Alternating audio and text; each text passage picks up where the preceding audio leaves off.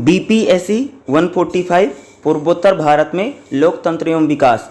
इस बुक में खास तौर से हम लोग इंडिया के जो पूर्वोत्तर के राज्य हैं, ठीक है,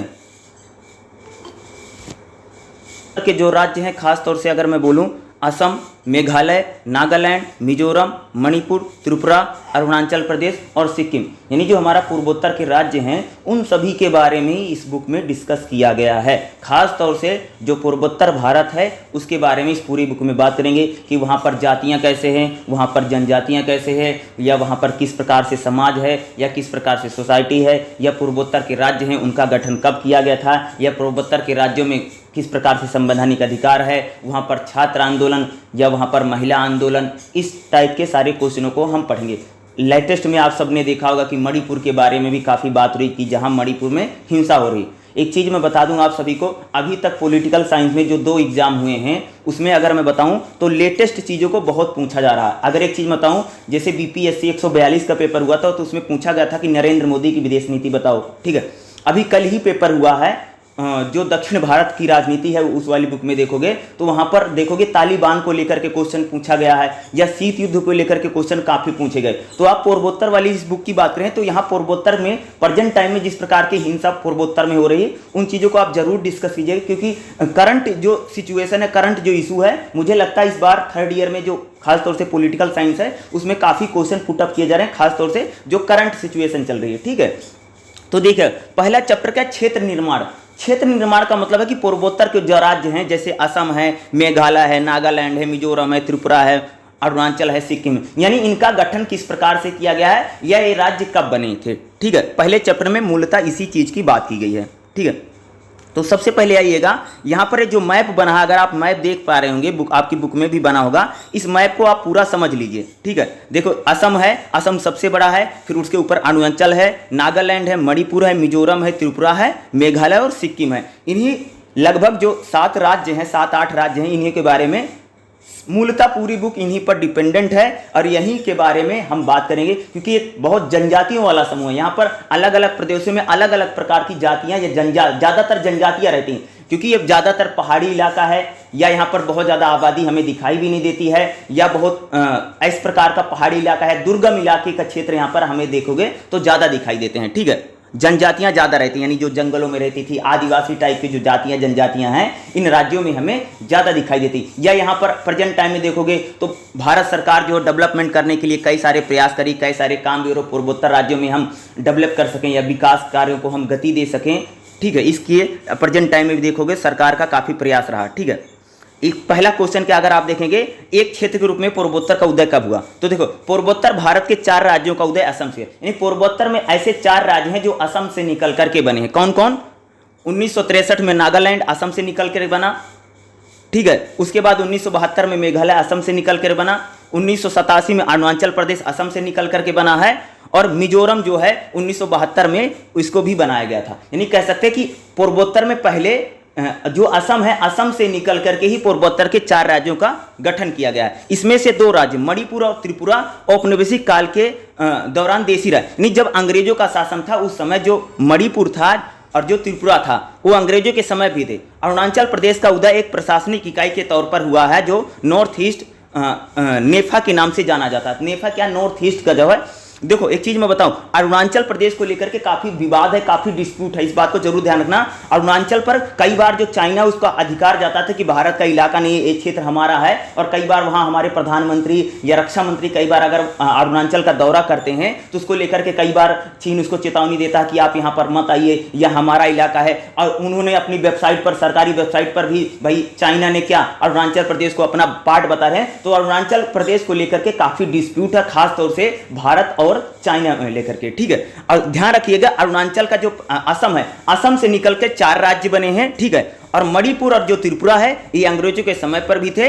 अरुणाचल जो प्रदेश है अगर इसको देखोगे तो एक प्रशासनिक इकाई के तौर पर इसका गठन किया गया है। और अरुणाचल प्रदेश को लेकर के अगर आप देखेंगे तो भारत और चाइना में लेकर के इसका लैंड डिस्प्यूट भी हमारे साथ उनका काफी अच्छा चलता है। हमें पूर्वोत्तर भारत में राज्यों के गठन के बारे में हम यहाँ पर थोड़ी सी चर्चा करेंगे। पूर्वोत्तर के जो राज्य हैं उनका गठन कब हुआ या किस प्रकार से किया गया था, ठीक है। जैसे आगे देखिएगा, जैसे मैं असम की बात करूं तो असम को 1874 में औपनिवेशिक शासन द्वारा एक अलग प्रांत बनाए गए थे। ठीक है, ऐसा औपनिवेशिक मुख्यालय में शिलोंग में स्थानांतरित करने के बाद किया गया। अंग्रेजों ने बंगाल प्रेसिडेंसी के मुख्यालय का चेरापूंजी में शिलोंग का दबाला करके अधिक बारिश होने के कारण असुविधाजनक था। 1826 के बाद असम का बड़ा हिस्सा ब्रिटिश शासन के अधीन आ गया। 1826 में अगर देखोगे तो ये ब्रिटिश और बर्मा के बीच हस्ताक्षर हुए। इस संधि के हस्ताक्षर विशेष राजनीतिक संदर्भ थे। बर्मा का विस्तार ओम क्षेत्र में हो गया था। बर्मा का सामना करने के लिए परेशानी को देखते हुए ओम राजा के नियंत्रण में ब्रिटिश ने दखल देना। देखो असम को देखोगे तो असम जो है अंग्रेजों के शासन के दौरान ये अंग्रेजों के अंडर में रहा, और असम से निकल करके ही देखेंगे आप तो पूर्वोत्तर के 4 राज्य बनाए गए। ठीक है, कौन कौन से राज्य बनाए गए पूर्वोत्तर के? अगर 4 राज्यों की बात करें जो असम से निकल करके ही बने हैं, नागालैंड, मेघालय, अरुणाचल और मिजोरम, इनको असम से निकाल करके या काट करके ही इनको 4 नए राज्य बने थे। ठीक है, उसके बाद अगर हम बात करें कि मणिपुर और त्रिपुरा की अगर बात करूं तो मणिपुर की सीमा नागालैंड से लगती है और पश्चिम से असम से लगती है, दक्षिण पश्चिम में मिजोरम से और दक्षिण में देखोगे तो म्यांमार से लगती है। त्रिपुरा और मिजोरम असम से पूर्वोत्तर में तथा बांग्लादेश के साथ उत्तर दक्षिण में इनकी सीमा साझा करते हैं। अगर आप मैप देखेंगे तो मैप देखने से आपको पता चल जाएगा भाई कौन किसका पड़ोसी है, किसकी सीमा कहां से लगती है। ठीक है, ये आपको क्लियर हो जाएगा। और खास तौर से याद रखना कि मणिपुर और जो त्रिपुरा है यह औपनिवेशिक शासन के दौरान हमारे देसी रियासतें रह चुकी हैं। क्या है? देसी रियासत के तौर पर कौन? मणिपुर और त्रिपुरा। अभी आप सबने घटना सुनी कि मणिपुर जल रहा है, वहां पर कितने सारे संघर्ष हो रहे हैं, जिस प्रकार से वहां पर आगजनी हो रही है, जिस प्रकार से वहां पर दंगे या फसाद हो रहा है, उसको लेकर के भी आपको पता होना चाहिए ताकि आपको एग्जाम में लिखने में थोड़ी मदद मिले। ठीक है, क्योंकि मैंने बोला कि करंट सिचुएशन, करंट इशू को थोड़ा सा ज्यादा पूछा जा रहा है। ठीक है, आगे देखिएगा जो नेक्स्ट है मेघालय, नागालैंड और मिजोरम। मेघालय राज्य असम की 3 पहाड़ियों से मिला करके बनाया गया था। यानी जो मेघालय है वह असम से निकाल करके बनाया गया है। एक खासी हिल्स, जोतिया हिल्स एवं गोरे हिल्स, जैसा कि ऊपर मैंने बताया है, इन पहाड़ियों पर एंग्लो खासी युद्ध के दौरान ब्रिटिश शासन द्वारा कब्जा कर लिया गया था और 1874 में असम के गठन के बाद असम की पहाड़ी जिलों के तौर पर मिलाया गया था। देखो असम से निकल करके ही क्या किया गया था? मेघालय का गठन किया गया है। और अगर मेघालय देखोगे तो पहाड़ियों का इलाका है। वैसे भी अब मेघालय को देखोगे पूरी पहाड़ियां ही पहाड़ियां बनी हैं। ठीक है, पूर्वोत्तर की अगर मैं तुलना करूं तो पूर्वोत्तर की देखोगे मिजो पहाड़ियों का पुराना नाम है, काफी बाद में औपनिवेशिक नियंत्रण में आई। 1889 में देखोगे 5 दशक के भीतर ये असम का हिस्सा थी। ठीक है, तो यानी असम से निकल करके क्या मेघालय का गठन किया गया। उसके बाद अगर हम अरुणाचल प्रदेश की बात, काफी इंपॉर्टेंट हो सकता है हमारे अरुणाचल, जो डिस्प्यूट है, डिस्प्यूट का इलाका है, यानी भारत और पाकिस्तान में एक लैंड डिस्प्यूट है, जैसे मैंने आपको शुरू में बताया।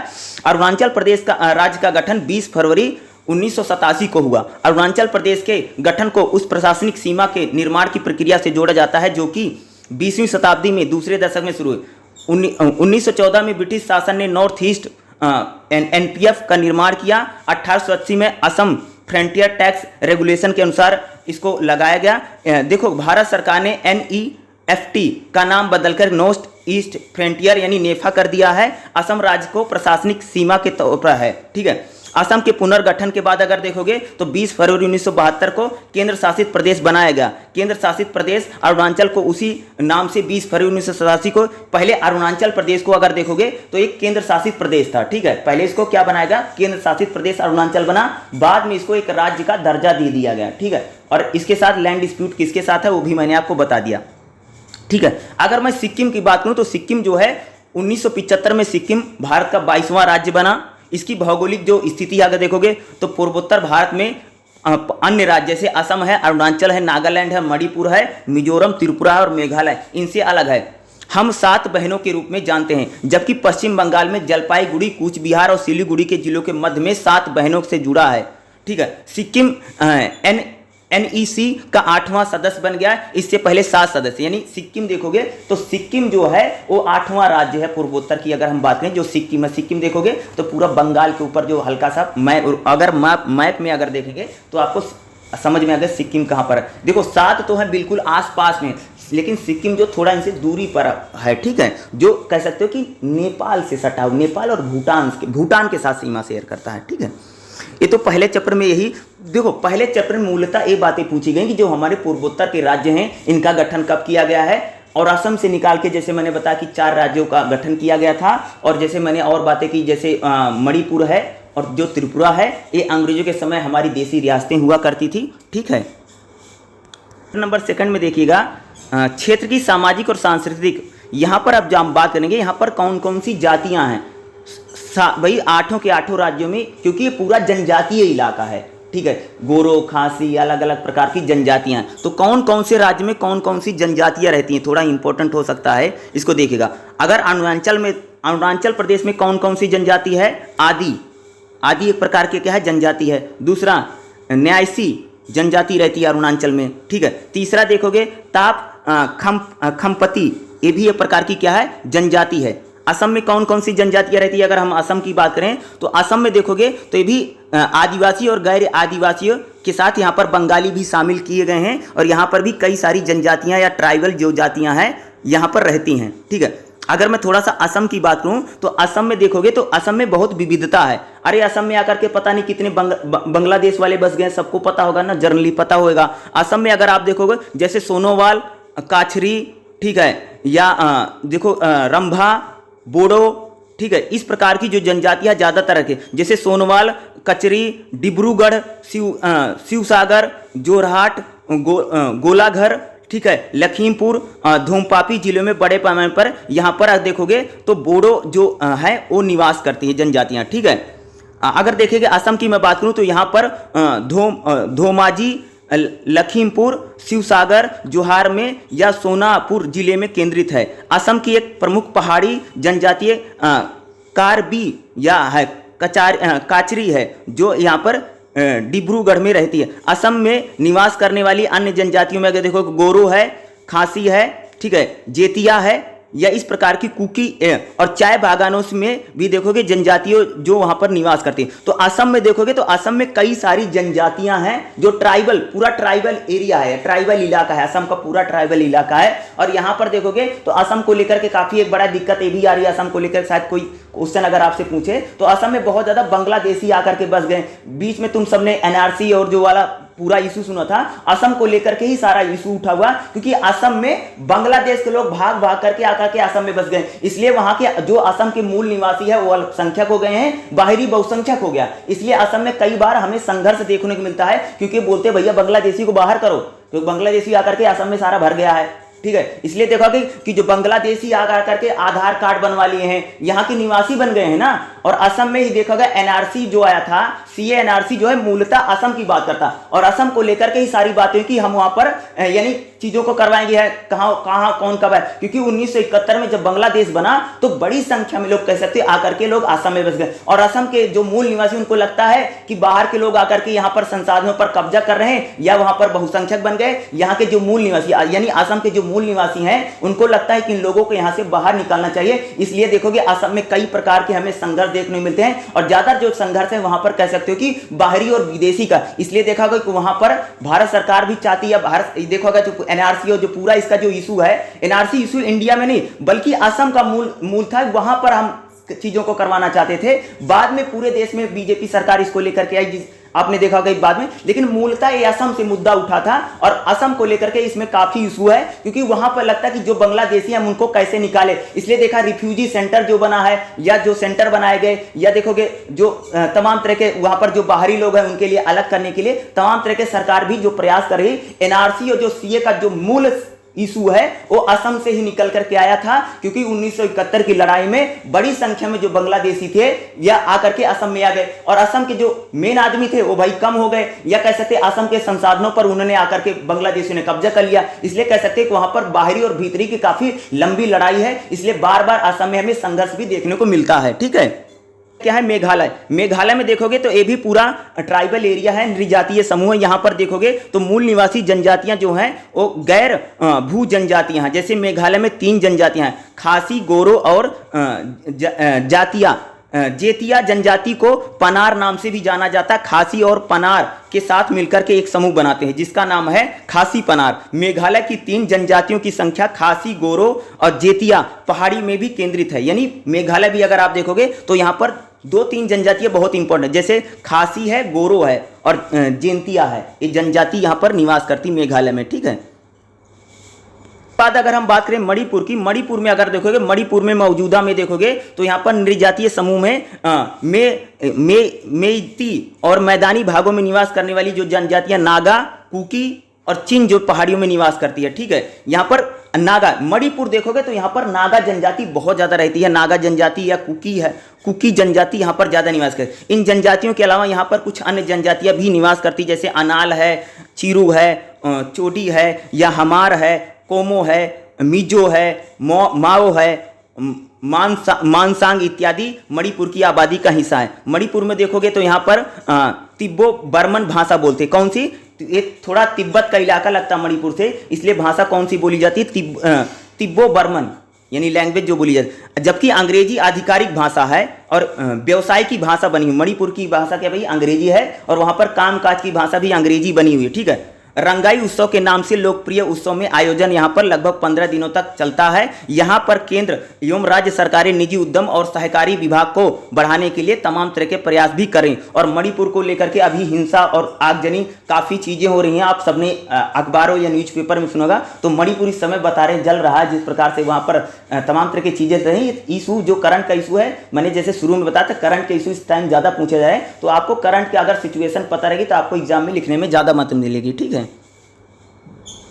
हम मिजोरम की बात करें तो मिजो एक सामान्य शब्द है जो मिजोरम की मिजो पहाड़ियों की रहने वाली जनजातियों के बारे में बताता है। यहाँ पर लूसी है, हमार है, पैस्तैने है या पावी जनजातियां ज़्यादा। यहाँ पर खास तौर से मिजोरम में जो मिजो जनजातियां बहुत ज़्यादा रहती हैं। मिजोरम में क्या है? जो मिजो जनजातियां हैं वह यहाँ पर कह सकते हो ज़्यादा निवास करती है। देखो, पूरा जो पूर्वोत्तर है वो जनजातियों एंड ट्राइबल का ही इलाका है। हर इलाके में ट्राइबल भरे पड़े हैं और पूरा ट्राइबल इलाका है। ठीक है, जनजाति यानी एसटी, हम जिसे एसटी जिसे बोलते हैं। ठीक है, तो शेड्यूल ट्राइब जो है यहाँ पर ज्यादा निवास करते हैं और शेड्यूल ट्राइब इनके लिए रिजर्व भी किया गया। अगर आप देखोगे कई सारे स्टेटों में देखोगे शेड्यूल ट्राइब के लिए रिजर्व किया गया। बहुत जगह पर आप लोग घूमने भी नहीं जा सकते हैं। इस प्रकार से उसको पूरा आरक्षित क्षेत्र भी कई जगह पर किया गया है और पूरा ट्राइबल इलाका, पूरा पूर्वोत्तर का इलाका ट्राइबल का ही इलाका है। ठीक है, अलग अलग राज्यों में अलग अलग प्रकार की जो जनजातियां हैं वो निवास करती हैं। जैसे मिजोरम में मिजो जनजाति बहुत ज्यादा निवास करती है, कहीं पर गोरो है, खासी है।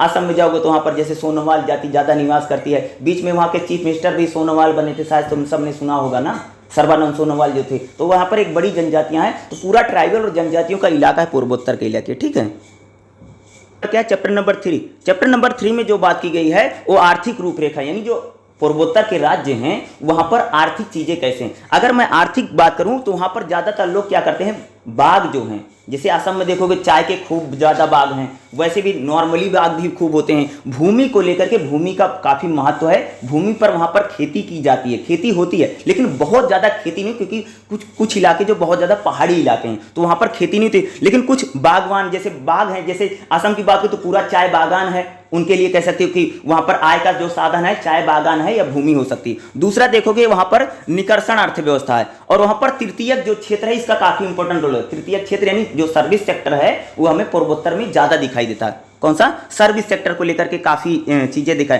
देखो, कृषि भूमि, बागान और प्राकृतिक संसाधनों का क्या, पूर्वोत्तर में नेचुरल जो रिसोर्स है काफी ज्यादा है। ठीक है, मैदानी और पहाड़ी क्षेत्रों में भूमि में खेती की प्रकृति भिन्न है। असम के मैदानी भागों में पूर्वोत्तर की अन्य तुलना में सबसे बड़ा अनुपात है। ठीक है, अगर देखोगे यहां पर देखोगे पूर्वोत्तर में खेती किसकी, जैसे देखोगे जूट है, फल है, चाय है, दाल है, नारियल है, आलू है, सुपारी है, अदरक है, मक्का है, तिल है, गन्ना है, अदरक है, इनकी क्या होती है, खेती भी होती है। पूर्वोत्तर में कृषि योग्य भूमि का कोई व्यक्तिगत स्वामित्व नहीं होता या समुदाय के साथ जुड़ा है। लेकिन यहाँ पर मैदानी इलाकों में भारत के अन्य हिस्सों की तरह आदिवासी और गैर आदिवासियों दोनों निवास करते हैं। भूमि पर व्यक्तिगत हस्तांतरण देखोगे तो यहाँ पर खेती होती है और विशेषकर जो मैंने फसलें बताई इन्हीं फसलों का होता है। यहाँ पर समुदाय आधारित खेती होती है, यानी पर्सनल किसी भूमि नहीं होती है, क्योंकि जमीन जो है काफी कम है। असम है, कुछ इलाकों में जमीनें हैं, लेकिन ज्यादातर जो इलाके पहाड़ी इलाके हैं, ट्राइबल इलाके हैं, तो वहां पर खेती होती है। कुछ इलाकों में खेती होती है, खासतौर से असम और अरुणाचल के इलाके में कुछ खेतियां ज्यादा हैं।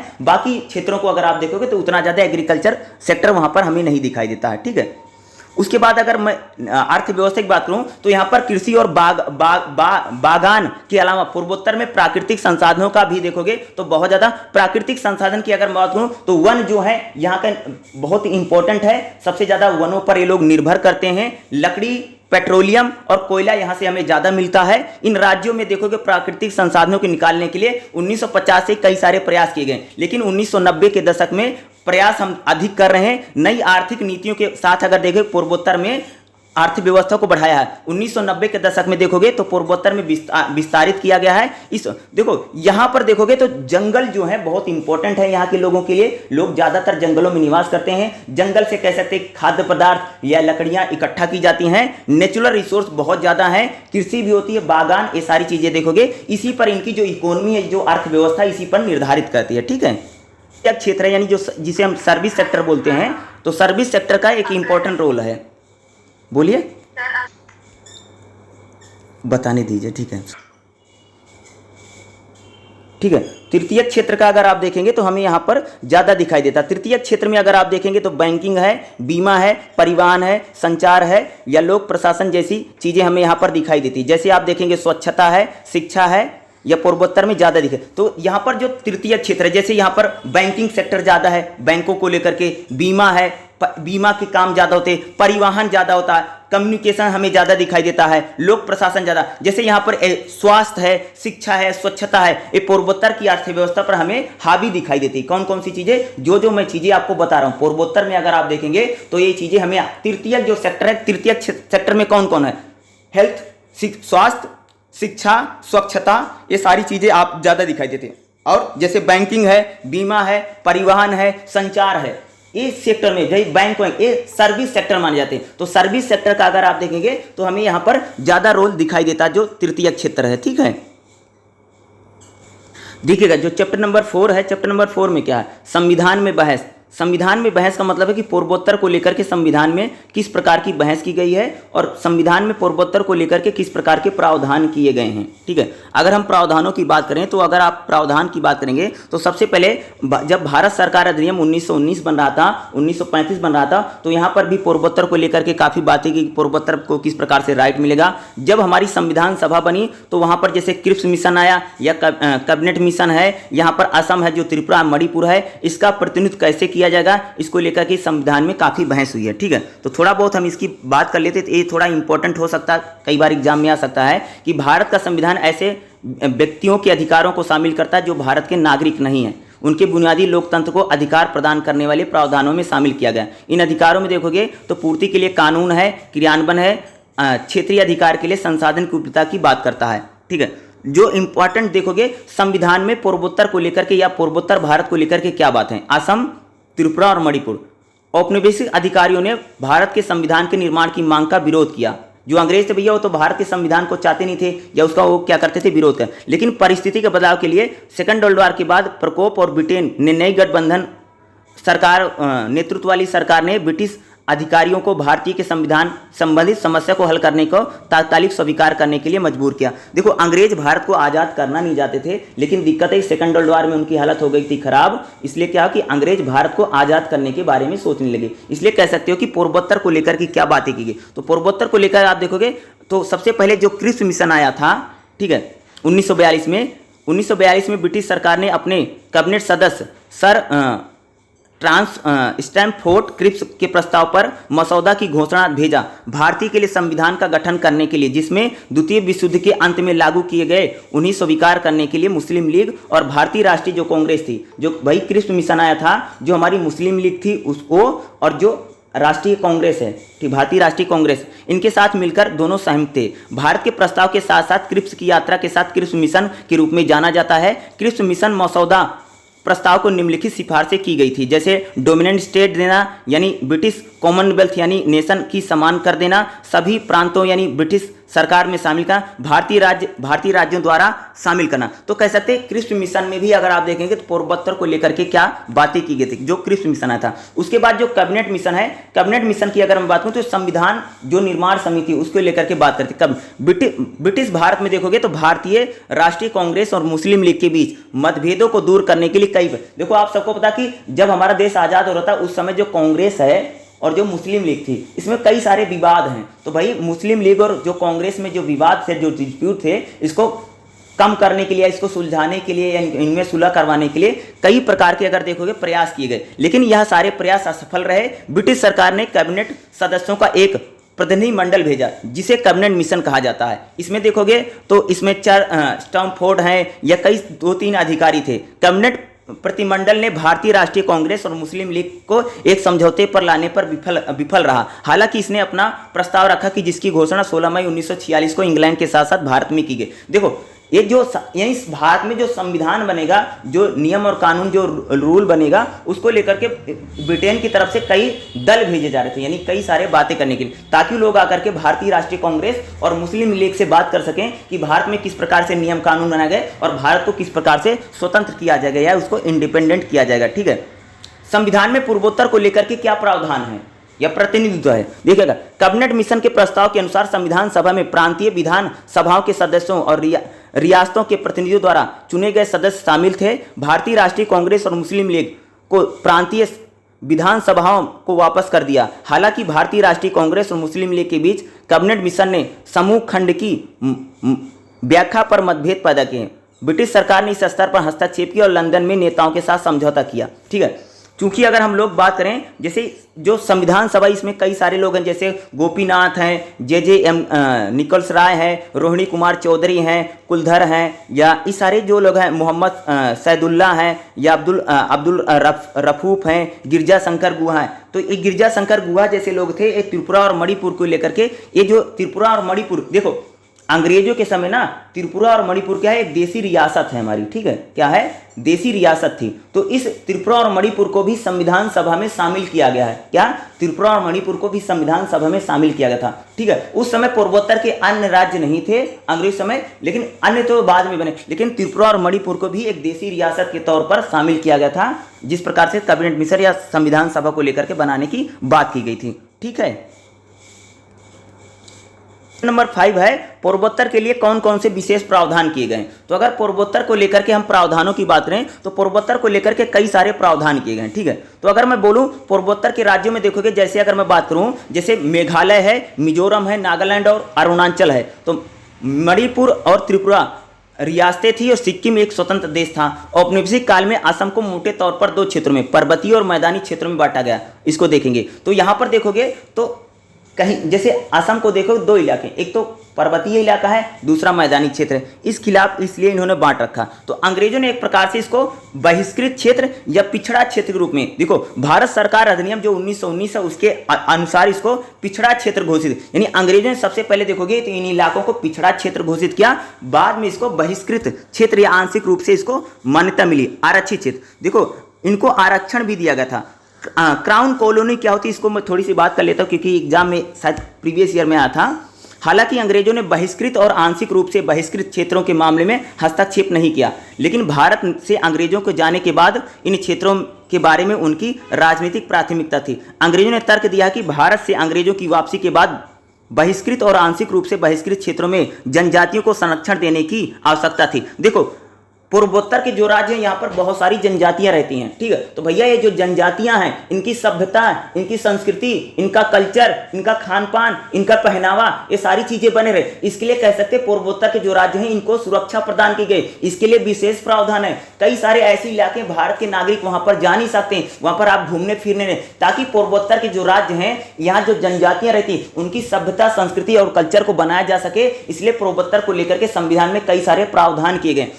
क्योंकि इस प्रावधान को लेकर के जो बात की गई, सबसे पहला इनका जो विशेष प्रावधान, तो 6ठी अनुसूची में पहला प्रावधान किया गया है। 6ठी अनुसूची में अगर आप देखोगे तो देखोगे, जैसा कि मैंने संविधान सभा में असम के आदिवासी लोगों को अधिकारों और पहचान की सुरक्षा के लिए एक अलग प्रशासनिक महसूस किया गया, जिसके बाद 4 राज्य का गठन हुआ। संविधान सभा ने संविधान की 6ठी अनुसूची के उपकरण में 6ठी जो अनुसूची उसमें देखोगे तो अनुच्छेद 244 में असम, मेघालय, मिजोरम और त्रिपुरा को जनजातीय इलाके के रूप में बताया गया। असम को देखोगे उत्तर कछार पहाड़ी जिला, फिर देखोगे अन्य जितने जिले, इसमें कुछ जिलों को उसमें आरक्षण दिया। त्रिपुरा को एक जिला जो है वो जनजातीय जिला घोषित किया गया है। 6ठी अनुसूची में सबसे महत्वपूर्ण प्रावधान में से एक ये है कि जनजातीय क्षेत्रों में स्वायत्त जिला और स्वायत्त क्षेत्रों को, देखो यहाँ पर जो जिलों का जो निर्माण किया गया है, देखो जो जनजाति एक जिले में ज्यादा रहती है उसको वहां पर आरक्षण देने की बात की गई, यानी जिलों का जो गठन किया गया है वो जनजातियों के आधार पर किया गया पूर्वोत्तर में। ठीक है, और छठी अनुसूची में इनको कह सकते हो आर्टिकल अगर देखोगे अनुच्छेद 244 में, छठी अनुसूची अनुच्छेद आर्टिकल 244 में इनको विशेष प्रावधान देने की बात की गई है, ठीक है। उसके बाद इनर लाइन परमिट क्या होता है? इनर लाइन परमिट यानी रेगुलेशन होता का प्रावधान है। राज्य सरकार की अनुमति के बिना कुछ क्षेत्रों में इनर लाइन के रूप में अज्ञात बिंदु पर परे बाहरी लोगों को यात्रा करने की अनुमति है। देखो भैया, पूर्वोत्तर के ऐसे भी राज्य हैं जहां पर लोग नहीं जा, आपको सरकार की अनुमति लेकर के जाना पड़ेगा। पूर्वोत्तर में ऐसे कई जगह हैं, कई इलाके हैं जहां पर सरकार ने उसको आरक्षित कर रखा है। अगर जैसे तुम मान लो तुम दिल्ली से हो और तुमको मन कर रहा कि मैं जाओ पूर्वोत्तर घूम लूं, तो सरकार से तुमको परमिशन लेनी पड़ेगी, तभी तुम घूम फिर सकते हो। देखो संविधान में तो भाई सबको घूमने फिरने की आजादी है, लेकिन कह सकते पूर्वोत्तर के कुछ ऐसे राज्य हैं जिनको संविधान में क्या किया, विशेष प्रावधान है। इनर लाइन परमिट का मतलब होता है कि अगर आप पूर्वोत्तर के कुछ राज्यों में घूमने जाएंगे तो आपको सरकार की परमिशन लेनी पड़ेगी, तभी आप जा सकते। बिना परमिशन के भैया वहां पर कोई परिंदा पर नहीं मार सकता है। कहने का मतलब मेरा ये है, यानी आपको सरकार की अनुमति लेनी पड़ेगी। वैसे तो पूरा भारत घूम लो, कोई दिक्कत नहीं है, लेकिन कुछ पूर्वोत्तर जो इलाके हैं वहां पर कुछ ऐसे क्षेत्र हैं जिनको आरक्षित किया गया है, आप सरकार से परमिशन लेंगे तभी जाएंगे, नहीं तो नहीं जा सकते, ठीक है। जैसे मणिपुर है, मिजोरम है, नागालैंड है, असम है, यहां पर कुछ ऐसे क्षेत्र हैं जहां पर कह सकते हो कि इनर लाइन परमिट है, आपको परमिशन लेकर के जाना पड़ेगा। परमिशन नहीं ली तो तुमको घुसने नहीं देंगे वहां पे। आगे देखिए अनुच्छेद 371 और अनुच्छेद 371 में कुछ प्रावधान है। देखिएगा, सभी जनजातियों को छठी अनुसूची के अंतर्गत शामिल नहीं किया गया है। ऐसे क्षेत्रों में अनुच्छेद 371 को कवर किया गया। अनुच्छेद जो 371 उसमें नागालैंड के बारे में, असम के बारे में, मणिपुर के बारे में और सिक्किम के बारे में और मिजोरम के बारे में, अरुणाचल प्रदेश के बारे में बात की गई। और इनको कह सकते हैं कि इन लोगों की धार्मिक है स्वतंत्रता है, जो इनकी स्वतंत्रता है, कह सकते नागा प्रथा की बात की गई है, या देखो या आपराधिक न्याय की बात की। देखो कह सकते हैं कि अनुच्छेद 371 जो है उसमें असम, नागालैंड, मणिपुर, मिजोरम, अरुणाचल प्रदेश के बारे में बात की गई है। और अरुणाचल हो, मिजोरम है, नागालैंड है, इन लोगों को यहाँ की जो जनजातियाँ, उनका खान पान है, उनका पहनावा है, उनका रहन सहन है, उनका रीति रिवाज है, इनको सुरक्षा प्रदान की गई। अनुच्छेद 371 में देखेंगे तो पूर्वोत्तर के बारे में ज़्यादा से ज़्यादा डिस्कस किया। पूर्वोत्तर जितने राज्य हैं उनको अनुच्छेद आर्टिकल 371 में विशेष प्रावधान दिया गया है, ठीक है। चैप्टर नंबर 7, चैप्टर नंबर 7 क्या, प्रवास, शरणार्थी और नागरिकता। देखो एक चीज मैं बताऊं, वहां पर सबसे ज्यादा रिफ्यूजी आकर के बस रहे हैं। जैसे अगर मैंने शुरू में हम लोगों ने बात किया था, मैंने आपको बताया था क्या करें हैं,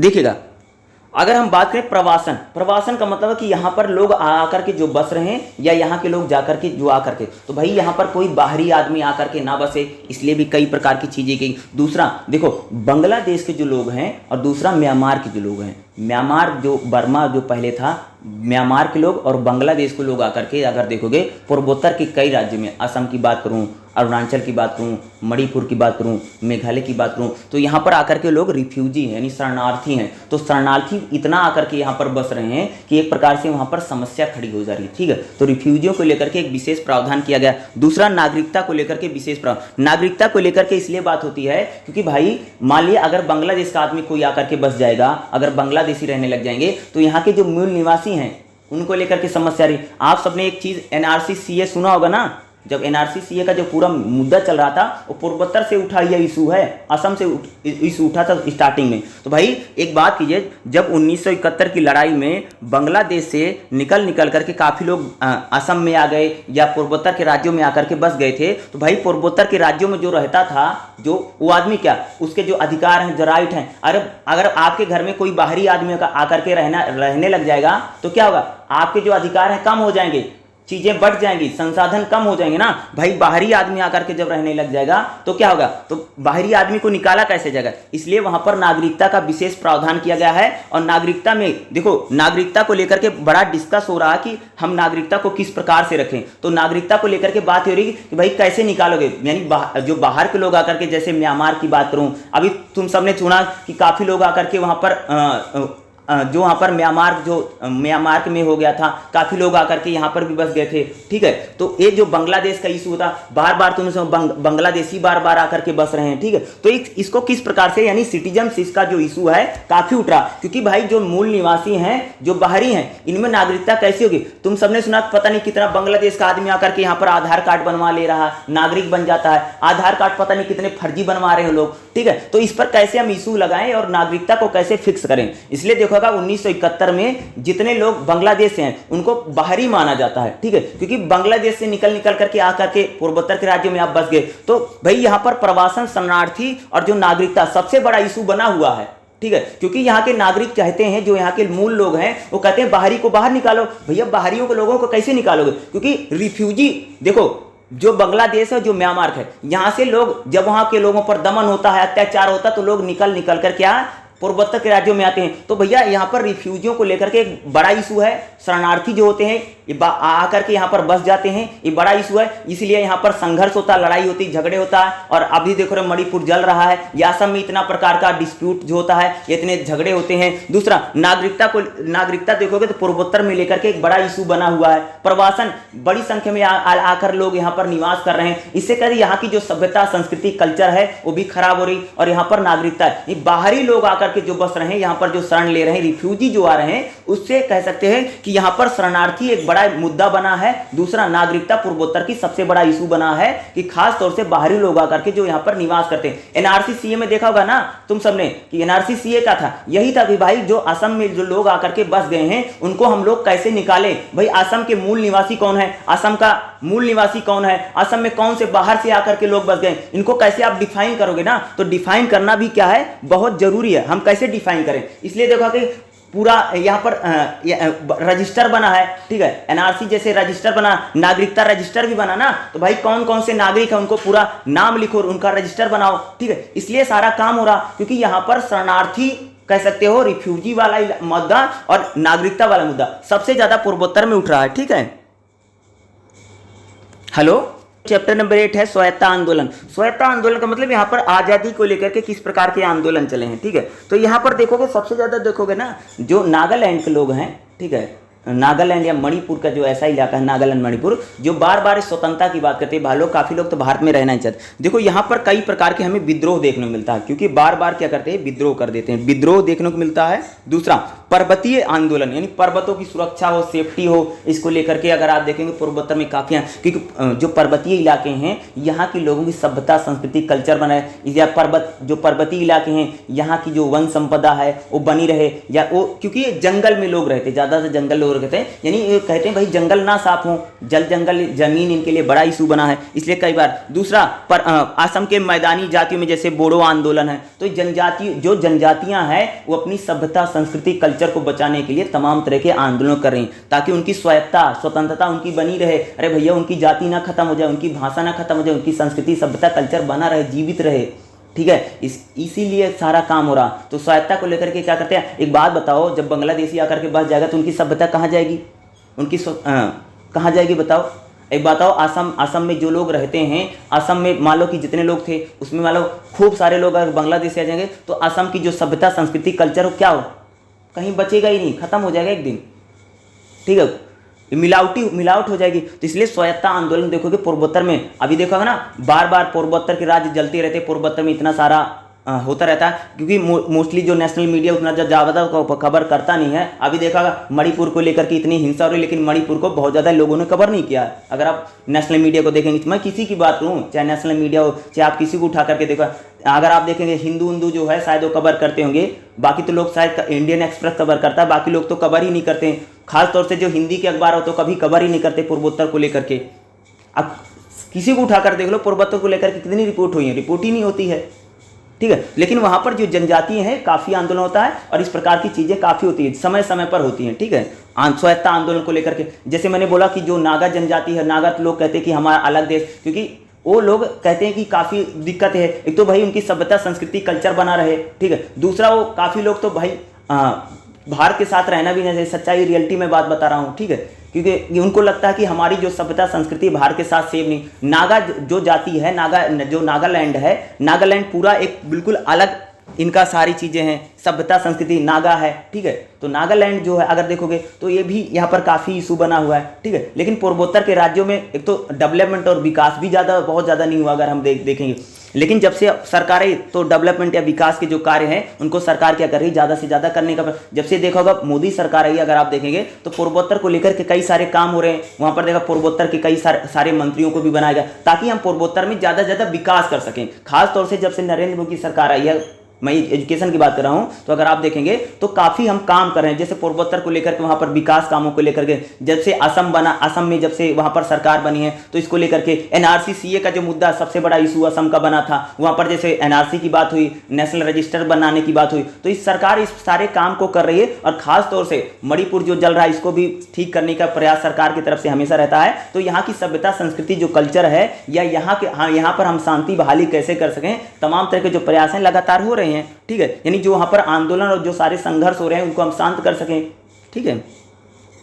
9 में क्या नृजातीय पहचान, नृजातीय पहचान में वही चीज़ आ जाती है, यहाँ की जो जनजातियाँ हैं उनकी पहचान बनी रहे। जैसे हर जाति का अलग खान पान है, हर जाति का अलग पहनावा है, हर जाति की अलग पूजा पद्धति है, हर जाति में अलग शादी विवाह होता है, हर जातियों में अलग रीति रिवाज होते हैं, ठीक है। कुछ लोग जैसे वृक्षों की पूजा करते हैं, कुछ लोग देखोगे जानवर की पूजा करते हैं, कुछ लोग जमीन की पूजा करते हैं। तो ये जो इनकी सभ्यता संस्कृति जो कल्चर है ये बना रहे, ये भी इनके लिए पॉलिटिक्स का बहुत बड़ा इशू है, ठीक है। क्या है, राजनीति का सबसे बड़ा इशू है कि जो ट्राइबल इलाके हैं, अलग अलग ट्राइबल इलाके में अलग अलग सभ्यता है, उनका खान पान अलग है, उनका उठना बैठना अलग है, उनका रंग रूप अलग है, या उनका चलना बैठना या उनके धर्म बिल्कुल अलग हैं। जो त्यौहार मनाते हैं, त्यौहार भी अलग अलग प्रकार के त्यौहार मनाते हैं, अलग अलग देवताओं को मानते हैं। तो उनकी जो मुख्यतः सभ्यता संस्कृति जो कल्चर है, उस कल्चर को बनाने के लिए एक भी बहुत बड़ा इशू, यानी इनकी जो पहचान है, जो नृजाति यानी जो ट्राइबल इलाके हैं, भाई ट्राइबल का मुख्यतः आप ट्राइबल लोगों को देखते होंगे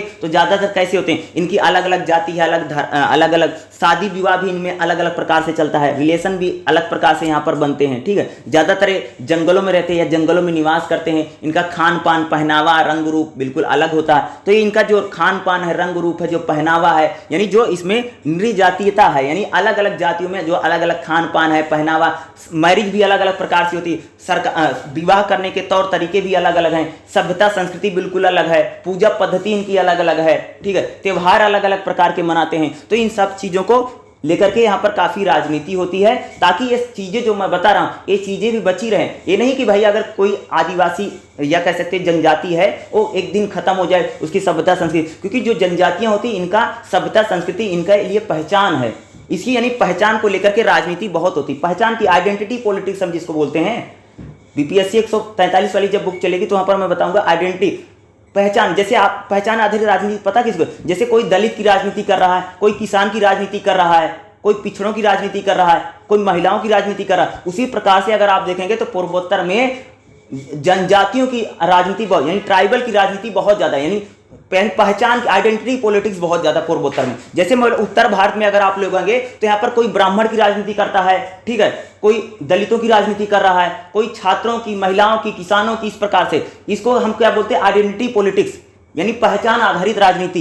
उसी प्रकार से अगर मैं पूर्वोत्तर की बात करूं तो पूर्वोत्तर में जो नृजातीयता है, यानी जो जनजातियां हैं, उनको लेकर के राजनीति वहां पर खूब गरमाई रहती है, उसी के आधार पर पूरी पॉलिटिक्स वहीं चलती है। जैसे कोई जाति है, भाई आप इस जाति को हम ये जनजाति है, इसको ये अधिकार मिल जाएगा, ये राइट मिल जाएगा, ये चीजें मिल जाएंगी, या इनकी पूजा पद्धति में एक बदलाव आ जाएगा, या हम इसको ऐसा करेंगे। इसी को लेकर के पूर्वोत्तर में जो पूरी पॉलिटिक्स है वो आइडेंटिटी पॉलिटिक्स है, क्योंकि उनकी पहचान ही उनका सबसे बड़ा चीज बल है, ताकत है। यानी क्या है, जो जनजातियां होती पहचान उनके लिए सबसे बड़ी औजार होता भाई, वो अपनी पहचान को खोना नहीं चाहते हैं। तो इसलिए देखोगे पहचान आधारित राजनीति जो है वहां पर बहुत ज्यादा थी। जैसे 1980 या 90 के दशक में भारत में पहचान आधारित राजनीति बहुत ज्यादा थी, दलित की राजनीति है, आदिवासी की राजनीति, पिछड़ों की राजनीति। जैसे देखोगा मायावती बीएसपी जो करती थी, किसकी, दलितों की राजनीति करती थी, आज खत्म हो गई ना। तो उसी प्रकार से पूर्वोत्तर में देखोगे तो वहां पर जो नृजातीयता है, यानी जो ट्राइबल है, इनको लेकर के राजनीति आइडेंटिटी पॉलिटिक्स बहुत ज्यादा है, ठीक है।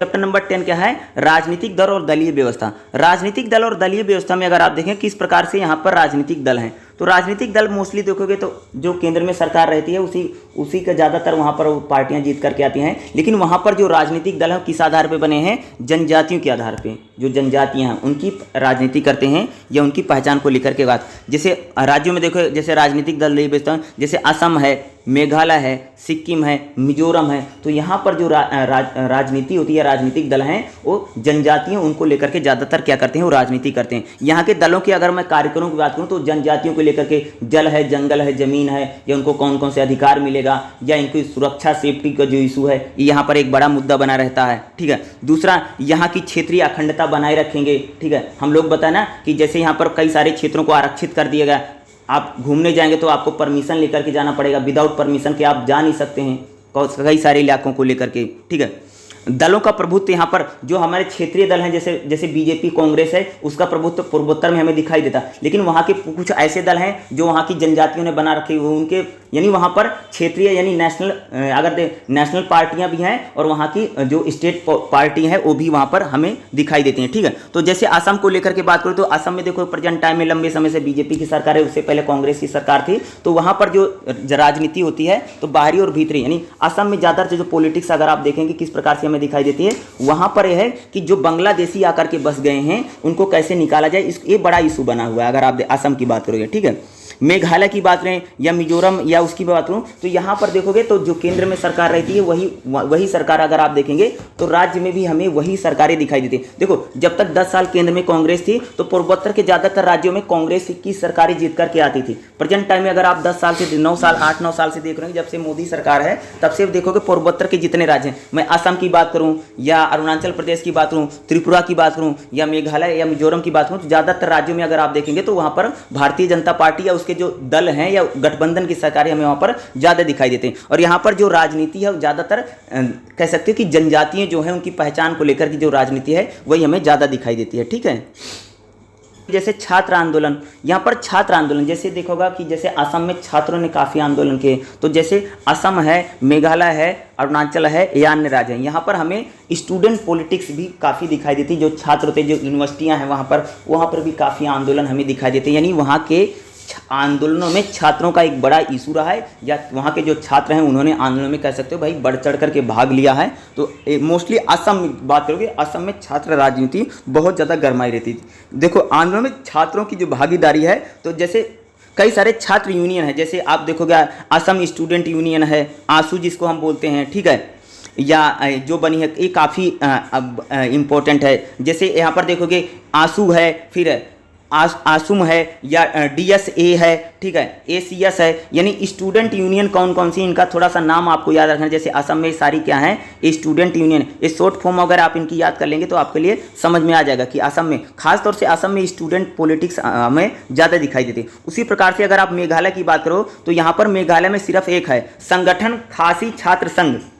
मेघालय में देखोगे तो यहाँ पर एक स्टूडेंट जो यूनिटी है, जो छात्र राजनीति करता, कौन करता भाई मेघालय में, तो कौन करता, खासी छात्र संघ KSU, जो छात्रों को लेकर के राजनीति करता है। उसी प्रकार से अगर आप देखेंगे शिलोंग छात्र संघ है, मेघालय छात्र संघ है, यानी यहाँ पर देखोगे तो इन्होंने अलग अलग छात्र संघ बना रखे हैं जो स्टूडेंट पॉलिटिक्स में बहुत ज़्यादा भागीदारी हमें निभाते हैं। उसी प्रकार से मैं अगर अरुणाचल की बात करूँ तो अरुणाचल में देखोगे मिसांग जनजातीय छात्रों का एक समूह है। उसी प्रकार से अगर आप देखेंगे अरुणाचल प्रदेश छात्र संघ है, ठीक है, अरुणाचल प्रदेश का एक इकाई के रूप में काम करता है। ठीक है, यानी अरुणाचल में देखोगे वहाँ पर भी इन्होंने कई सारे छात्र संघ बना रखे हैं। ठीक है, अन्य राज्यों की अगर मैं बात करूँ तो देखोगे यहाँ पर जैसे त्रिपुरा में ऑल इंडिया स्टूडेंट एसोसिएशन है, त्रिपुरा में काम करती है, एक छात्र संघ है जो छात्रों के आंदोलन को करता है। ठीक है, ट्राइबल स्टूडेंट यूनियन है, ठीक है, TSU है, ये भी छात्रों के आंदोलन को करती है। तो एक देखोगे छात्र एक जो ग्रुप हैं, जैसे हम लोग पढ़ते नहीं, जैसे ABP है या अखिल भारतीय विद्यार्थी परिषद बोलते हैं, उसी प्रकार से वहाँ के जो इलाके हैं वहाँ पर भी छात्र संघ बने हुए हैं, छात्र राजनीति वहाँ पर जो होती है। ठीक है, स्टूडेंट जो पॉलिटिक्स है। उसी प्रकार से अगर आप देखेंगे महिला आंदोलन की बात करूं तो महिलाओं को लेकर के भी काफ़ी आंदोलन है, जैसे नागालैंड, मणिपुर, मेघालय या मिजोरम में किस प्रकार से महिलाओं के इशू हमें ज़्यादा दिखाई देते हैं। तो अगर आप महिलाओं की बात करेंगे तो जैसे अगर देखोगे तो नागालैंड में अक्सर उग्रवादी व नृजातीय संघर्ष के कारण गड़बड़ी का क्षेत्र रहा है। इससे राज्य में जनजीवन आजीविका पर असर पड़ा। राज्य में महिलाओं ने शांति बहाली करने, यानी जो महिलाएं वहां पर क्या करती हैं, आंदोलन करके राज्यों में शांति बहाली का प्रयास करती हैं। ठीक है, क्या महिलाओं क्या है, कह सकते हैं कि पूर्वोत्तर के जो राज्य हैं वहां पर जो अशांति बनती है या वहां पर जो गड़बड़ी है, क्योंकि वहां के लोगों का जनजीवन प्रभावित हुआ है, तो वहां की जो महिलाएं उन्होंने शांति बहाली करने के लिए कई सारे प्रयास किए। नागालैंड में महिलाओं ने नागा मर्दर्स एसोसिएशन की स्थापना की है। नागा मर्दर्स एसोसिएशन का जन्म 14 फरवरी 1984 को हुआ था। इसकी प्रस्तावना में नागाओं के प्रति संवेदनशील बनने के लिए आवश्यकता को रेखांकित किया। तो कह सकते कि महिलाएं जो हैं वह शांति को बनाने के लिए, जैसे नागा मदर्स एसोसिएशन बना रखा है, जिसके जरिए कह सकते हैं नागालैंड में शांति के प्रयास करने के लिए काम हो रहा है। महिला संगठन है। उसी प्रकार से अगर मैं मणिपुर की बात कहूँ तो मणिपुर में देखोगे, मणिपुर में महिलाओं आंदोलनों का पता हमें अंग्रेजों के शासनकाल से ही है। 1904 में देखोगे तो वहां पर तब से महिला आंदोलन हमें दिखाई देता है। महिलाओं ने इसे जबरन मजदूरी के रूप में देखा है। ठीक है, लुप्पा में 17 से 60 वर्ष की आयु के भीतर पुरुषों को 10 दिन तक बिना भुगतान के काम करने के, देखोगे वहां पर जो महिलाएं थी उनको काम तो करवाया जाता लेकिन उनको वेतन नहीं मिलता था। इसलिए देखोगे मणिपुर की जो महिलाएं हैं उन्होंने आंदोलन किया था। ठीक है, मणिपुर की महिलाओं ने क्यों आंदोलन किया है, क्योंकि जब अंग्रेजों का शासन था तो अंग्रेज उनसे काम करवाते थे। ठीक है भैया, जैसे खेतों में काम करती थी लेकिन उनको पैसा नहीं मिलता, इसलिए वहां पर महिलाओं मणिपुर में क्या था, उन्होंने आंदोलन किया था। मणिपुर में अगर आप देखोगे आस्फा है। ठीक है, ठीक है, जो एक महिला आंदोलन है। ठीक है, उसी प्रकार से अगर मैं असम की बात करूं, असम में भी महिला आंदोलन बहुत ज्यादा है। असम में महिलाओं के विभिन्न प्रकार की जो हिंसा होती है, यह महिलाओं के खिलाफ जो लिंग आधारित भेदभाव होता है, या महिलाओं के खिलाफ जो भेदभाव है, या महिलाओं की शिक्षा को बढ़ाने के लिए, या शराब पर पाबंदी लगाने के लिए महिलाओं ने, अगर देखोगे असम में कई प्रकार के उन्होंने आंदोलन को जन्म दिया। महिलाओं की जो कम साक्षरता है इसको बढ़ाने के लिए महिलाओं ने आंदोलन किया है। या महिलाओं के साथ असम में जो भेदभाव होता है, जो वर्क प्लेस है वहां पर महिलाओं के साथ जो शोषण होता है, महिला सम्मान आमतौर पर इन मुद्दों को लेकर के देखोगे तो असम की महिलाओं ने भी काफी आंदोलनों में भाग लिया है। ठीक है, अगर मैं मिजोरम का बात करूं, मिजो महिलाएं प्रथागत कानूनों को लेकर के भाग लेती हैं। ठीक है, जो विवाह, राजनीति, स्वायत्ता, यानी यहाँ पर महिला जैसे राजनीति है, स्वायत्ता, यानी महिलाएं ज़्यादा से ज़्यादा स्वतंत्रता चाहती हैं। जो मैरिज होती है उसमें भी महिलाओं को ज़्यादा से ज़्यादा आज़ादी मिले, इसलिए देखोगे जैसे दहेज है इसको ख़त्म किया जाए, इसको लेकर के अगर देखोगे तो हमें मिजोरम में ज़्यादातर महिलाओं के आंदोलन जो है वो हमें दिखाई देते हैं। ठीक है, मिजोरम में। ठीक है, लगभग ये महिला आंदोलन जो है इंपॉर्टेंट हो सकता है, अगर आएगा तो 20 नंबर में आ सकता है। ठीक है, देखिएगा जो नेक्स्ट क्या है, पर्यावरण की अगर बात करूं तो मोस्टली आप सबको पता है कि पर्यावरण को बचाने के लिए पूर्वोत्तर के राज्यों में कई प्रकार के आंदोलन, भाई पर्यावरण आंदोलन मुख्यतः पर्यावरण ही सबसे लिए उनके सबसे ज्यादा इंपॉर्टेंट है। पूर्वोत्तर के अगर मैं राज्यों की बात करूं तो उनके लिए इन्वायरमेंट, अरे भाई उनके लिए, क्योंकि लोग जंगलों में रहते हैं, जंगल जो है वहाँ की जो लकड़ी है, यहाँ के जंगलों से सारा खाद्य पदार्थ है, खाने पीने की चीज़ें हैं, जंगलों पर इनकी क्या है, आजीविका चलती रहती, इसलिए जंगल ना कटे, जंगलों को बचाया जाए, या जो वहाँ की बायोडाइवर्सिटी है या पर्यावरण को बचाने के लिए वहाँ पर क्या पूर्वोत्तर में देखोगे हमें ज़्यादा आंदोलन दिखाई दे, क्योंकि उन लोगों की जो पूरा जिंदगी है, पूरी दिनचर्या है, कह सकते हो, जो पूरी उनका जो आजीविका है, पूर्वोत्तर के राज्यों की जो पूरी आजीविका है वो जंगलों पर ही निर्भर करती है। इसलिए देखो वहाँ पर जब सरकार वृक्षों पेड़ों की कटाई का काम करती है, या वहाँ पर कोई खदान का काम करती है, या सरकार कोई उत्खनन का काम करती है, तो वहाँ पर हमें पर्यावरण को लेकर के बहुत ज़्यादा आंदोलन, क्योंकि वो लोग वहाँ पर जल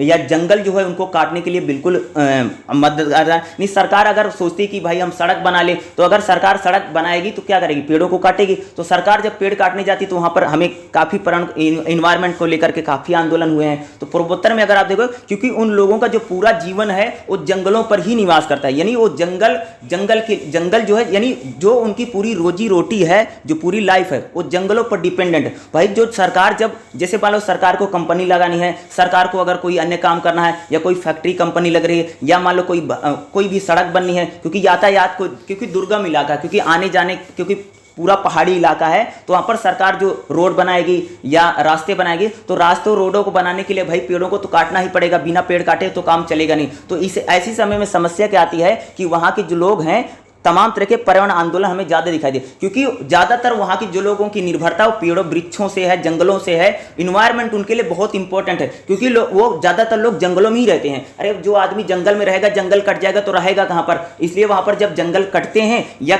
ऐसे नहीं सरकार जानबूझ, भाई अगर आप जंगल काटेंगे तब तक कैसे चीज़ों को होगा। जैसे आने जाने की रास्ता बनाना है, क्योंकि वहाँ बहुत ज़्यादा ट्राइबल इलाका है, ठीक है, तो जंगलों पर उनका पूरी दिनचर्या जो पूरी लाइफ है उसी पर डिपेंडेंट करती है। इसलिए जब वहाँ पर पेड़ों को काटा जाता है, जंगलों को काटा जाता है, तो वहाँ पर पर्यावरण के जो आंदोलन है हमें सभी में, चाहे असम हो, नागालैंड है, मणिपुर है, त्रिपुरा है, यहाँ पर जब भी जंगलों को लेकर के या कह सकते हो वहाँ पर पर्यावरण को लेकर के अगर कोई सरकार इशू लेती है तो तुरंत ही वहाँ पर कोई ना कोई मूवमेंट हमें उठ खड़ा हुआ दिखाई देता है, ठीक है।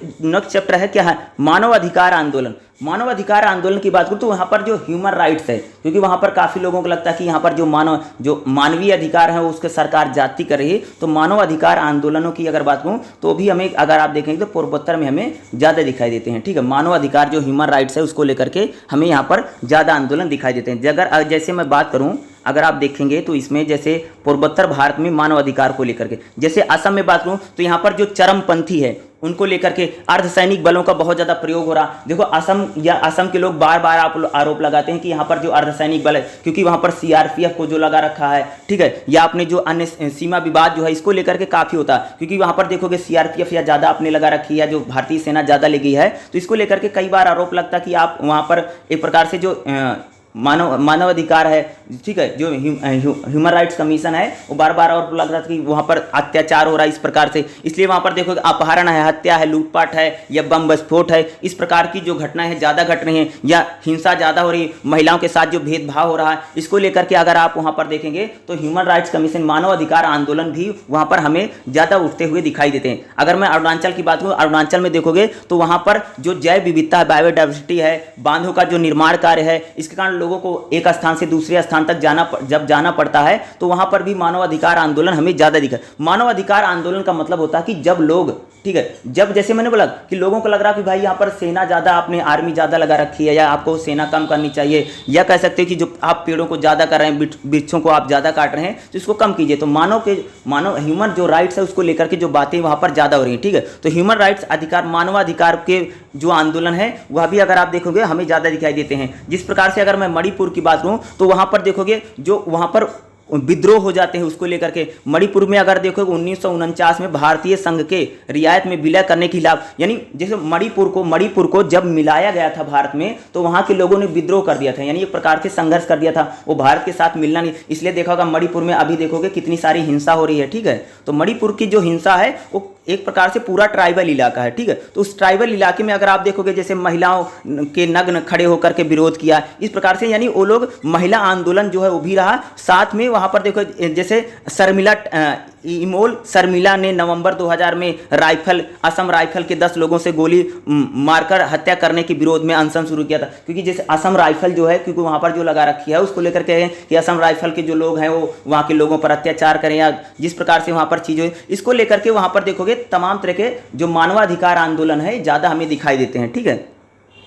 जैसे नागालैंड की बात करूँ तो नागालैंड को लेकर के वहाँ पर वो जो स्वायत्ता है, स्वतंत्रता उजागर, जो वहाँ का नागा जाति कई बार विद्रोह कर देती है, तो वहाँ पर भी अब खून नहीं होगा आंदोलन चला है, जिसमें उन्होंने आसफा को वापस लेने और नागा में शांति और सुरक्षा के लिए, यानी कह सकते पूर्वोत्तर के जो राज्य है वहाँ पर शांति और सुरक्षा बनाने के लिए तमाम तरह के मानवाधिकार आंदोलन भी होते हमें दिखाई देते हैं, ठीक है। उसी प्रकार से अगर आप देखेंगे जो नेक्स्ट चैप्टर लिख रहे मानवाधिकार में, तो वही है कि जो मानव के अधिकारों का हनन हो रहा है उसको लेकर के जो पूरे आंदोलन चल रहे हैं, ठीक है। देखो 15वें चैप्टर में ये चीज़ बताई गई है कि पूर्वोत्तर में किस प्रकार के सरकार काम करे। तो 15वें चैप्टर में अगर आप देखेंगे तो हमारे जो पूर्वोत्तर के इलाके हैं वहाँ पर देखो गरीबी हटाने के लिए, गरीबी उन्मूलन के लिए, कल्याणकारी योजनाओं के लिए सरकार कई प्रकार के काम करे। महिलाओं के लिए काम कर रही सरकार की तरफ से। अगर पूर्वोत्तर में देखोगे वहाँ पर सड़कें बनाई जा रही हैं, राजमार्ग बनाए जा रहे हैं, हाईवे बनाए जा रहे हैं, एजुकेशन सिस्टम को मजबूत किया जा रहा, ताकि पूर्वोत्तर का ज़्यादा से ज़्यादा क्या कर सकें, विकास करते हैं। पूर्वोत्तर में देखोगे वहाँ पर जो बीमारियाँ फैलती हैं, जो लोगों में संक्रमण होता है, उस बीमारी और संक्रमण को ठीक करने के लिए तमाम तरह के जो प्रयास हैं वो भी किए जाते हैं, ठीक है।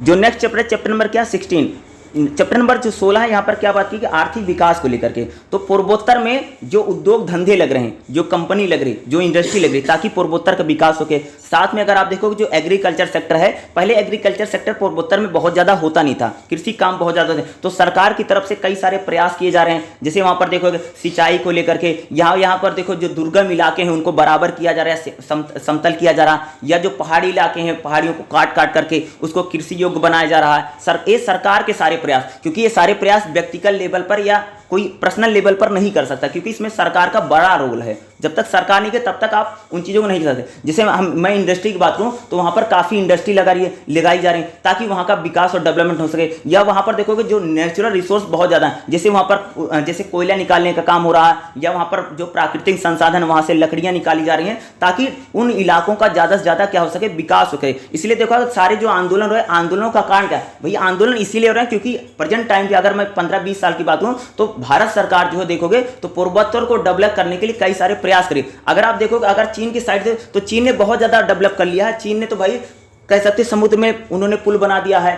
तो इधर भारत सरकार जो है, क्योंकि पूरा जो अगर आप पूर्वोत्तर के जो राज्य हैं ये पूरा दुर्गम इलाके हैं, यहाँ पर पहाड़ियाँ हैं, यहाँ पर जंगल हैं, बड़ी बड़ी पहाड़ियाँ, ऊंचे ऊंचे पहाड़ हैं, पूरा मैदान बहुत कम है, कुछ मैदानी तो पहाड़ियाँ जो हैं तो यहाँ पर उद्योग लगे, धंधे लगे, एग्रीकल्चर सेक्टर को बढ़ाया जाए। मिजोरम और मणिपुर में देखो तो वहाँ भी सरकार तमाम तरह के उत्खनन करे, खनन कार्य करे, कोयला निकालने का काम करे, यानी जो नेचुरल रिसोर्स है, पेट्रोलियम है, इनको भी काफ़ी निकालने का काम किया जा रहा है। और धीरे धीरे अगर आप देखेंगे पूर्वोत्तर के लोग जो ज़्यादातर पहले जंगलों में रहते थे, जंगलों में निवास करते थे, अब वहाँ पर जैसे जैसे विकास हो रहा है, जैसे जैसे डेवलपमेंट हो रहा, वो लोग आकर के शहरों में रह रहे हैं। अब धीरे धीरे वहाँ पर अगर आप देखें शहरीकरण की जो प्रक्रिया है धीरे धीरे आगे बढ़ रही है। ठीक है, आज के चरण में अगर आप देखोगे पूर्वोत्तर के लिए देखो ना उदारीकरण की नीति अपनाई गई है। नेहरू जब देश के प्रधानमंत्री पंडित जवाहरलाल नेहरू बने तब देखोगे तो उन्होंने नेहरू वाली मॉडल लेकर के आए थे ताकि पूर्वोत्तर के जो राज्य हैं उनका हम विकास कर सकें, ठीक है, डेवलपमेंट कर सकें।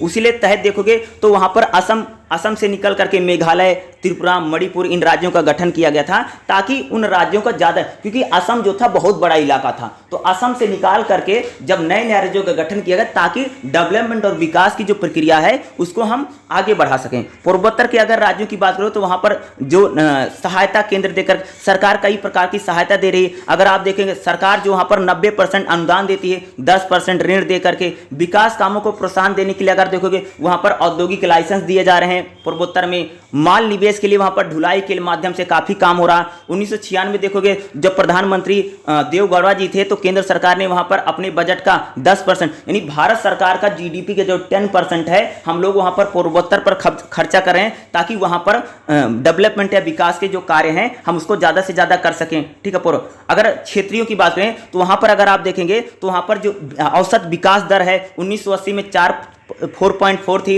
लेकिन अगर आप देखेंगे जबकि 1990 में यह 3.6 आ गई। दोनों दशकों में देखोगे तो राष्ट्रीय औसत से कम है। 1980 में देखोगे तो यहाँ पर जो विकास दर थी 5.5 थी, 90 में आकर के 5.8 हो गई है। तो यानी कह सकते हैं कि पूर्वोत्तर के जो राज्य हैं उनका डेवलपमेंट ज़्यादा हो। अगर आप देखेंगे तो कई जगह कई राज्यों में पूर्वोत्तर में जो विकास दर है उसमें काफ़ी गिरावट है। जैसे सबसे कम विकास दर वाला असम है, उच्चतम विकास दर वाला त्रिपुरा है, नागालैंड देखोगे तो ये भी काफ़ी कम है। तो वहाँ पर डेवलपमेंट और विकास इसके लिए देखोगे कि अगर औद्योगिकरण ज़्यादा से ज़्यादा कंपनी लगाई जा रही, उद्योग धंधे ज़्यादा से ज़्यादा लगा रहे हैं। 1990 के दशक में अगर आप देखेंगे तो वहाँ पर काफ़ी सुधार किया गया है। राज्यों को अपनी अर्थव्यवस्था के विकास के लिए सरकार वहाँ के जो प्रतिबंध है सरकार कम से कम प्रतिबंध लगाती है ताकि वहाँ पर डेवलपमेंट ज़्यादा हो सके, जो उद्योग धंधे ज़्यादा से ज़्यादा लग सके। लाइसेंसीकरण भी किया गया है। ठीक है, अगर वहाँ पर देखोगे जैसे Bengal chamber of commerce and industry BCCI जैसे है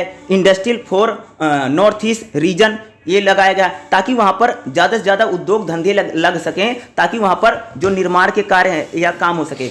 यही देखोगे जैसे औद्योगिकरण जब से हुआ वहाँ पर कच्चा माल है या मानव के संसाधन है, इसको अवसरों के लिए। दूसरा आप कह सकते हैं कि वहाँ पर गैर औद्योगिकरण जो है इसका भी डेवलपमेंट विकास किया जा रहा है। ठीक है, उसी प्रकार से असम विजन दस्तावेज 2025 यानी असम को लेकर के एक विजन बनाया गया है कि 2025 तक हमें क्या करना है कि वहाँ पर डेवलपमेंट और विकास के जो काम है ज़्यादा करने हैं, यानी वहाँ पर जो प्रति व्यक्ति है हम उसको आगे बढ़ाना है। साथ में अगर आप देखें एग्रीकल्चर सेक्टर की बात करूँ तो एग्रीकल्चर सेक्टर में अगर देखोगे तो पूर्वोत्तर के राज्यों में कृषि हो रही है, कृषि के उत्पादन को बढ़ाने के लिए सरकार तमाम तरह के प्रयास करे। खासकर अगर आप देखेंगे तो कृषि में 2.1% की वृद्धि हो, यानी एग्रीकल्चर जो सेक्टर है उसको बढ़ाने के लिए सरकार के कई सारे प्रयास हैं पूर्वोत्तर को लेकर के। देखोगे चुनाव में कई प्रकार से सरकारें घोषणा करें कि हम पूर्वोत्तर को लेकर के वहां पर जैसे गरीबी उन्मूलन है, बेरोजगारी को कम नहीं, पूर्वोत्तर में जो गरीबी है, बेरोजगारी, उसको कम करने के लिए तमाम तरह के सरकार के प्रयास किए जा रहे हैं। जैसे